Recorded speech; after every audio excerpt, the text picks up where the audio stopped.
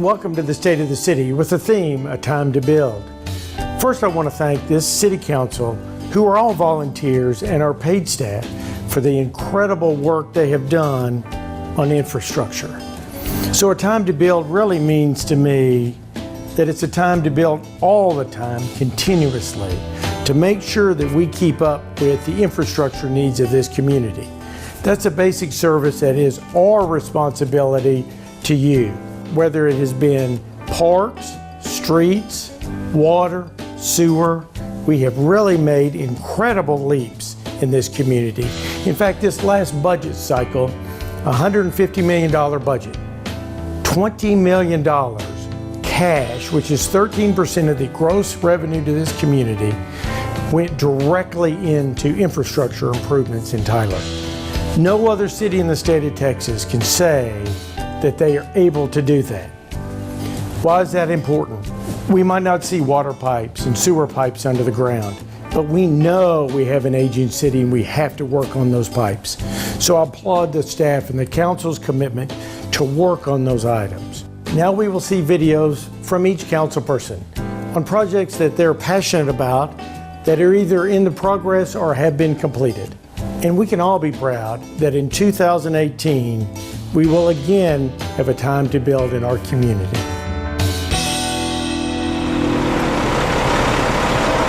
Today we are enjoying one of the City of Tyler's newest projects, Legacy Trails. Legacy Trails is a 4.5-mile hike and bike trail that is funded by a federal grant. Work on the project started in January 2018 and is expected to be completed by June of 2019. There are 2 trails on the east side of Old Jacksonville that run from Three Lakes Parkway through the Oak Hills subdivision, then turns south to Cumberland Road and exits near Jack Elementary School. The west side runs from Fresh Grocery south on Old Jacksonville past Loop 49 to the Gresham area. There will be 3 parking areas for driving to the trails. This morning, I've asked my good friends Jim and Ann Powell to join me for a walk on the trail. Jim and Ann built their home about 3 years ago and have anticipated construction of the trail. Well, Linda, you told me, months ago about this Legacy Trail, and Ann and I have been really excited about that since we talked about it, because it's a level trail, it's nice and wide, and then the beauty of this trail beyond our house as you're going down to Cumberland, it's completely wooded. There's a brook down there, a winding trail, and it's going to be a wonderful thing for people to enjoy, from toddlers to somebody as old as Ann and myself. Jim, that sounds wonderful. I can't wait to walk down in that part of the trail too. And on behalf of the city, I would like to thank the Brannan Corporation for the engineering on this project and Texas Department of Transportation for the oversight of the project. So thanks again for coming, and I look forward to seeing you on the trail when it's all finished. Thank you. Good. Thank you, Linda. All right, we're back at 26th Street, Grand and Palace. This is a project that started over 2 years ago with the completion of last summer. We had the grand opening back on September, and the grand opening was successful. And what we have here is the crossing over of 26th Street at Tenny Hall, where there used to be what we call a creek. It's not a creek anymore, it's a crossing with development of new signage, new light signage, new sidewalks, new street improvement. So there's a lot of things took place in this particular area for the 3 major streets, and Texas College District is now a legitimate district in our community. I invite you to come out sometime at night and see the beauty of Texas College and the way the street has enhanced the community, and it's great, and we thank the city for that.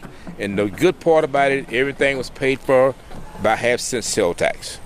Here we are at Centene Stage at Burkeville Park, and I believe last year in this video we had construction going on, and this year, look what we've got. We've got a finished product that far exceeds what we ever had on paper. It's a great place to be. I have seen so many events out here that where you got kids and you got family, and last night, as a matter of fact, there was an event and you had people all back in the back and lawn chairs and people in the grass and people in the seats. and you just saw people having a good time. You see joy, you see fun, you see exactly what this place was meant for.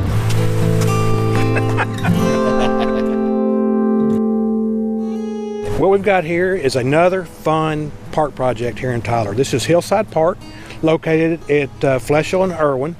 And what we've done demo work already. But what we're going to have is a playground here, and we'll have 2 sets of swings.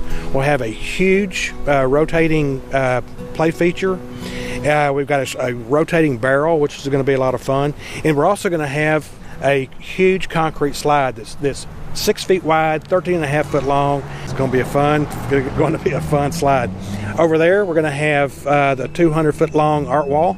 This 8 foot tall. It's going to be lit, and we're going to commission local artists to do murals, and it's going to be a big hit. This time next year, you're going to look at the video, and you're going to think, this is the before picture. Next year, you're going to see the completed picture. You're going to see the completed dream, the completed vision, and you're going to go, wow. We're here at Cambridge Road, which is the site of our newest full road reconstruction project. This is something we've been working on for several years to get it all the way to construction. Right now, we're actually in engineering and right-of-way procurement. And I'm really excited about what this is going to do for this area. This really incorporates a lot of the aspects that we're working on throughout the city. There's a walkability component to this reconstruction project. There's a large stormwater component, as most of the neighborhoods to the north of this road actually dump all their stormwater across it. And all this stuff in here has been in place since it was in the county. So as we continue our dedication to rebuilding the infrastructure citywide, addressing our stormwater needs, addressing our transportation needs, as we can get the funding, this is just the next step in that process. Well, it's truly time to build out at the Golden Road Water Treatment Plant. The improvements that we're making out here, basically, in a nutshell, will improve the water quality at the tap. But it's a more complicated process than just that. It amounts to installing a baffle system and a circulatory system to get the water to flow. And one important process that's going to be accomplished with these changes that we're making at the plant will be the fact that we'll be able to backwash the filter medium with water out of the clear water tanks, which means that the filters will stay cleaner, which means that they'll be able to filter the water even better, and so it'll maintain a higher quality product all throughout the system itself. What's amazing is that the city has an incredible public-private partnership with the University of Texas here in Tyler. Not only have we been able to raise $30,000 in private funds, but through the public-private partnership, there's been an additional $32,500 that have been raised through the urban forestry program here at the college. The college basically hosted the initial Arbor Day event that kicked off with a little over 1,200 volunteers. We planted 113 trees, and there were many other events and booths that educated everyone that came. This year we've had 4 total events where we've had tree plantings. A little under 2,000 volunteers planted a little over 200 trees. We had 2 tree giveaways, which were just phenomenal, where we've given away over 6,000 seedlings to be planted in and around the Tyler area. So it's called Protecting the Legacy of Our Urban Forest, and that's exactly what we're trying to do here. And it all began here on the campus of UT Tyler.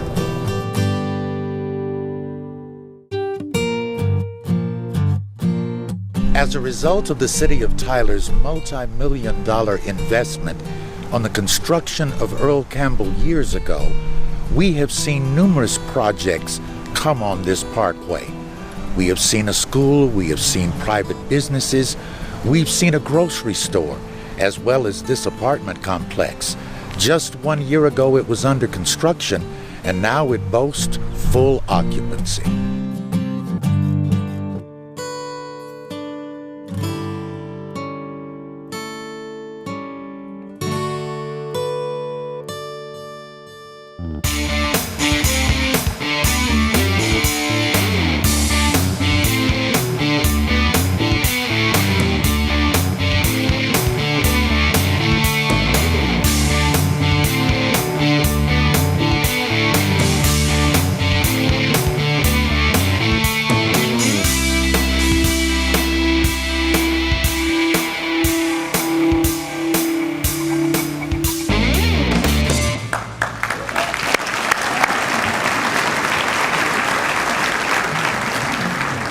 Good morning and welcome to the State of the City.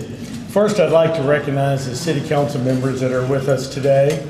Don Warren, John Nix, Linda Sellers, Ed Moore, Bob Westbrook, and then Broderick McGee just was sworn in today for Darrell Boundary. Stand up, stand up.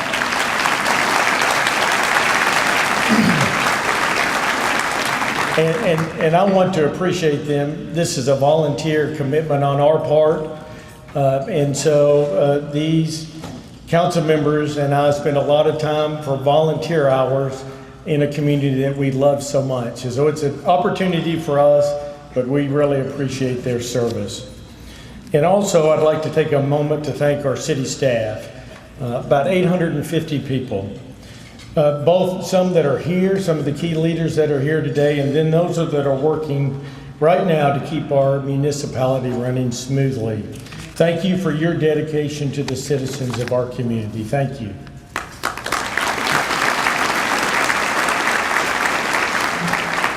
Today, as we talk about the state of the city, we celebrate Infrastructure Week, a week when the public and private sector come together to highlight innovation, leadership, and think long-term about critical issues. It has been said that cities are the nation's laboratories for innovation, the economic engines of America. That is especially true in Tyler. Just 2 weeks ago, we celebrated the first anniversary of the Tyler Innovation Pipeline, which already boasts 125 members. What began as a collaboration between the city, UT Tyler, and many, many other public and private partners, it's now at its own 501c3, spurring innovation and removing barriers for entrepreneurs in this community. I don't know if Phil Burks is here, but Phil Burks, would you please stand, as well as any board members and any representatives at UT Tyler. If you're here today, please stand and be recognized. There you are. Good. Because quality education is the foundation of a successful community, we also celebrate the Mentorship Achievement Program. Over the last 2 years, the program has matched 75 TISD students with mentors from the City of Tyler and other community organizations in order to increase college readiness and post-secondary educational attainment. To all the mentors in the room, would you please stand and be recognized? Are there any? Great, thank you. And I would encourage y'all to partner in that program, because I'm not too sure who gets more out of it, the mentors or the mentees. It's a very rewarding process. And we must continue to build on partnerships like these between the public and private sector that are vital to our community's economic growth and success. If cities are economic engines, infrastructure is surely the framework on which that engine depends. Our jobs, quality of life, economic competitiveness, and public safety are all dependent upon it. Infrastructure isn't an exciting topic, but it impacts every one of us every minute of the day. One short year ago, we came together in this room to cast vision towards our future. We gave voice to the growing challenges we face in the maintenance of our roads, water systems, drainage, and more. We outlined master plans and studies that would dictate the next 20 years worth of necessary work. And as we know too well, time moves quickly. The future does not wait. But in Tyler, neither do we. Today, it's the time to build. As it is nationally, the state of our infrastructure is one of the most pressing issues we face as a community. Last year, as I said in the video, and I say everywhere I go, we spent $20 million, which is 13% of the total city budget, on maintenance, repair, and improvements of Tyler's infrastructure. That's cash. That's not borrowed money, that's cash. No other city in the state of Texas can claim that achievement. Only 2 weeks ago, we began testing of the Troop Highway Booster Station. This $3.3 million investment will improve water pressure within the area and is a vital component necessary for the Tyler Fire Department to control fires while protecting life and property. We also are nearing completion on improvements that Bob outlined to the Golden Road Water Treatment Plant, a $4.7 million investment, which will ensure that we stay on the forefront of clean water initiatives. We also made significant progress this year towards rebuilding Tyler's aging wastewater system. In 2016, the City of Tyler put forth a plan to make system upgrades and enhance the city's existing programs for inspections, maintenance, and cleaning. Today, we have completed the first of 7 evaluations and will begin working on action items over the coming year.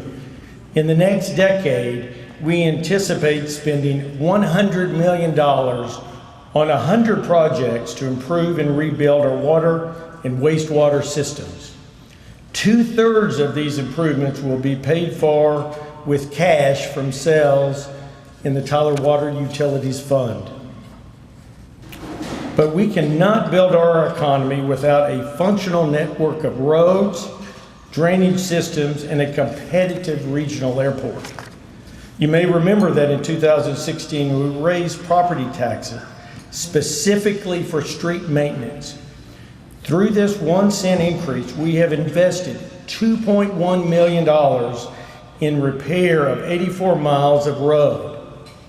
We have also completed 6 drainage studies and begun a comprehensive master stormwater plan. In all, $8 million worth of projects, drainage projects, have been advanced through the half-cent sales tax, with 2 projects completed this year. And by the way, this is the first time since 1997 that drainage projects were done at this level in the city of Tyler. Also in 2017, we applied for and received over $10 million in FAA grants to continue the 422 runway expansion project. Extending and expanding the runway gives East Texas the opportunity to host larger and longer commercial flights. To date, 90% of this $45 million project has been covered through grant funds. We have made tremendous progress. The benefits of this stronger, better infrastructure system will be far-reaching and long-lasting, but we are not finished. Instead, we must build on our capacity to do even more. We must commit to increasing the investment if we're going to keep pace with the wear and tear on our roadways, water, and wastewater systems. And the reality is that we do nothing alone. Through collaboration with our community partners, we have the opportunity to address other aging systems together, achieving better results for all. At the request of the City of Tyler and the Tyler MPO, TxDOT is now conducting a feasibility study to explore options for making improvements along a 5-mile segment of South Broadway Avenue between Amherst Street and FM 2813. This is the most congested roadway in East Texas and the 67th most congested roadway in the state of Texas. And by the way, it was 110th last year. So we've moved up to 67, and that's not the right direction. The study will provide recommendations that will help our agencies address the current and future mobility needs for our major retail corridor. And by the way, we all know that we are way past due on this project. So I am hopeful we can work with our stakeholders and find a positive medium-term path forward that will benefit not only Tyler, but the entire Northeast Texas region. Finally, we can no longer afford to be complacent. Technology is the building block of the 21st century community. We must account for our outdated traffic signal system. Much of our signal system dates back to the 1970s, at a time when there was at least 1/2 the amount of traffic. I have asked our city staff to put together a proposal for the half-cent sales tax board to modernize this system. The adoption of smart technology will improve traffic flow by allowing us to monitor from one central location. Staff can then make changes remotely to traffic timing based on the traffic flow. And the smart technology actually does the work for us as well.